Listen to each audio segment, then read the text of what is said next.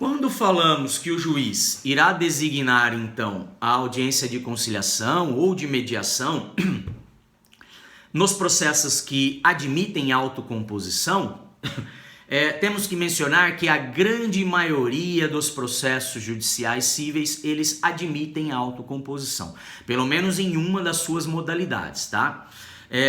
Até mesmo direitos indisponíveis, ou seja, em que a parte não pode dispor, a parte não pode negociar, transacionar com relação ao direito posto em jogo no processo, né? Mesmo que ela não admita, esses direitos não admitam a transação, direitos indisponíveis poderiam admitir, por exemplo, o reconhecimento do pedido. Tá? Então, por exemplo, o direito à paternidade, né, é um direito indisponível, né, a parte não pode negociar, ela não pode transacionar com relação à sua filiação. Então, o autor, né, o réu, ele não poderia fazer um acordo no sentido de abrir mão da sua filiação, do seu direito à paternidade, em troca aí de 1 ou 2 apartamentos, de algumas propriedades. Tá? Então, faria ali uma transação, ou seja, concessões mútuas, né, entre ambas as partes abrindo mão de alguma coisa que entendem ter direito em prol da autocomposição, tá? Então, mesmo esse direito que é indisponível e não pode ser transacionado, admite autocomposição pelo reconhecimento do pedido, tá? Então, é possível a realização de audiência de conciliação e mediação, até mesmo relativo a esse direito de personalidade, né, a esse direito de filiação, quando a parte ré comparece à audiência e pode reconhecer a paternidade da criança. Tá? Então não se admite transação, mas se admite um reconhecimento do pedido. Isso é uma forma de autocomposição, ok? E aí, esse é apenas um exemplo, mas a gente traz aqui uma citação da doutrina do Medina para explicar um pouco a respeito desses casos que admitem autocomposição, tá? Então eu vou fazer a leitura da doutrina e aproveito para comentar algumas outras questões relativas a esses casos em que a autocomposição ela é admitida, ok? Diz o Medina que não se realizará a audiência nos casos em que não se admite autocomposição. Algo que vai se dar em situações bastante restritas, né? Como eu mencionei, a grande maioria dos processos admite alguma forma de autocomposição, tá? Até mesmo os direitos indisponíveis, que não admite-se transação, admitem outras formas de autocomposição, né? Diz aqui o autor: não são raras as hipóteses em que a lei veda são raras as hipóteses em que a lei veda qualquer forma de autocomposição, tá? Diz ainda o autor: pode não ser admissível a transação, conforme reza lá o artigo 841 do Código Civil, né, que segundo o qual só quanto direitos patrimoniais de caráter privado é que se admite a transação, né? Então, pode ela não ser admissível por não se enquadrar nesses direitos patrimoniais de caráter privado, né? Porém, ela será possível a composição, uma autocomposição, por meio da renúncia do direito ou o reconhecimento do direito pela parte contrária, tá? Então aí dá o exemplo, o autor, uma ação de investigação de paternidade em que a transação propriamente dita ela não é admissível, tá? Como eu falei, o direito de filiação, né, o direito à paternidade, ele é um direito indisponível. A parte não pode dispor, ela não pode usar desse direito para negociar, tá? Então, embora não admita a transação propriamente dita, admite-se, como diz o Medina, que o réu reconheça a paternidade através de uma audiência de mediação, tá? Então, acaba se admitindo uma outra forma de autocomposição, né? Dentre as formas de autocomposição, a gente tem a renúncia do direito, ou seja, a parte chega à audiência e acaba renunciando o seu próprio direito,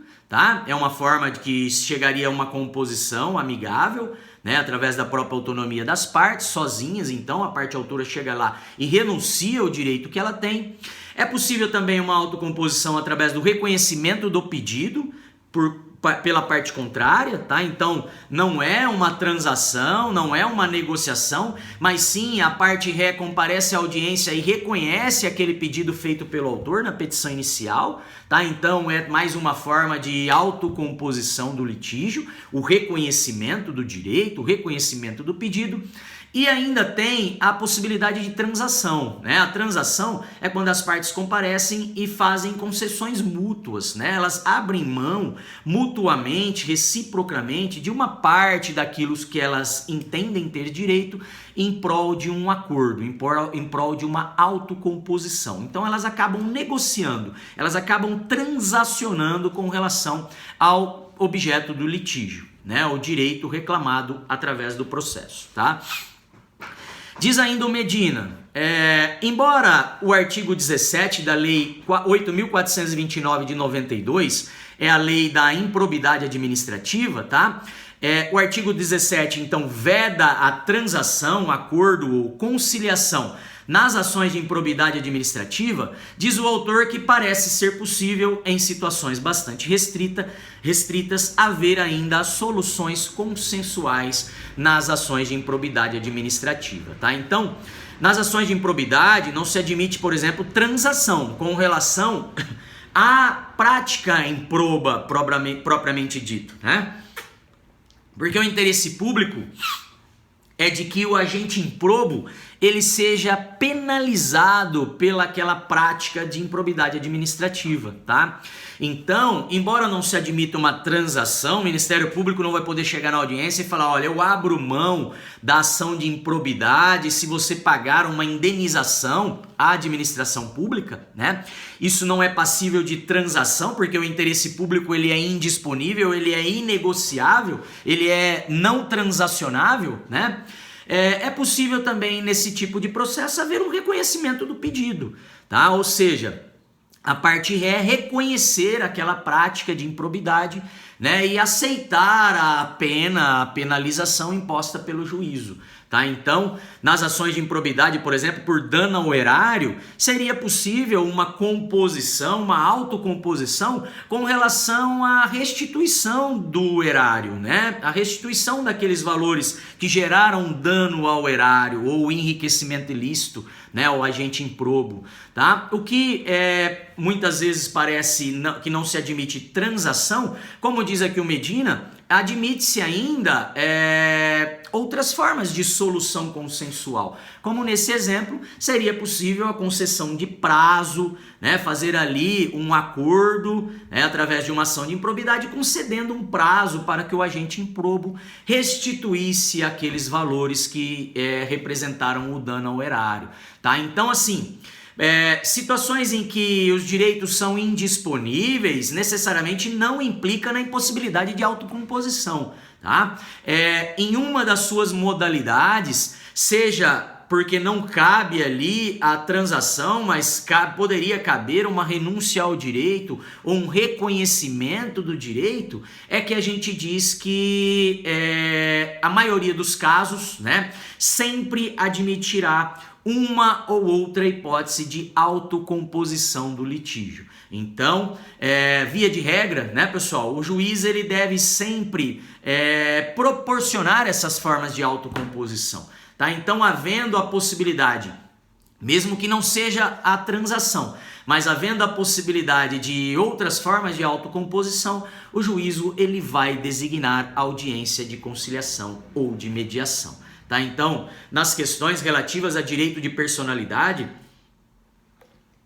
como o uso do nome, né? As ações que visam a interdição para fins de curatela, ou seja, a interdição daquele que não tem mais condições de gerir os seus atos da vida civil. Essa ação também diz respeito ao estado da pessoa, né? Então, também não haveria aí uma ideia de direitos indisponíveis, impossibilidade de autocomposição, mas é possível a realização da audiência de conciliação e mediação também nesses feitos, porque embora não se admita a transação, é admissível outras formas de autocomposição, como essa do reconhecimento do pedido, do reconhecimento do direito, tá? Mesmas coisas os feitos da administração pública, né? Aquela ideia de que o interesse público ele é indisponível e até antes do novo CPC, a administração pública comparecia a essas audiências de conciliação e mediação e sempre dizia que não tem acordo, não posso fazer acordo, não tenho autorização para fazer acordo. Isso vem mudando, né? E especialmente depois do Código de 2015, a administração ela tem autorização para fazer acordo em situações específicas.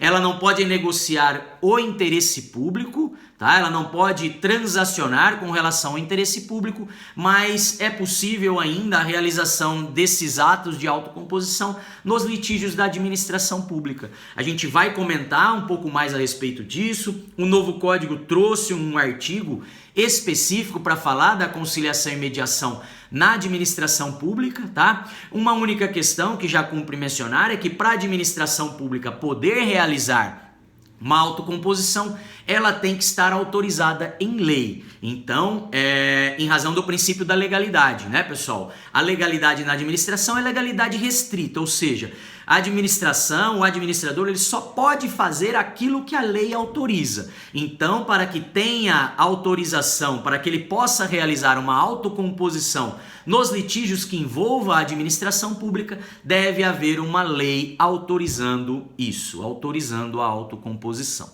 Ok? Então a gente volta a falar um pouquinho mais a respeito disso no nosso próximo vídeo. Beleza?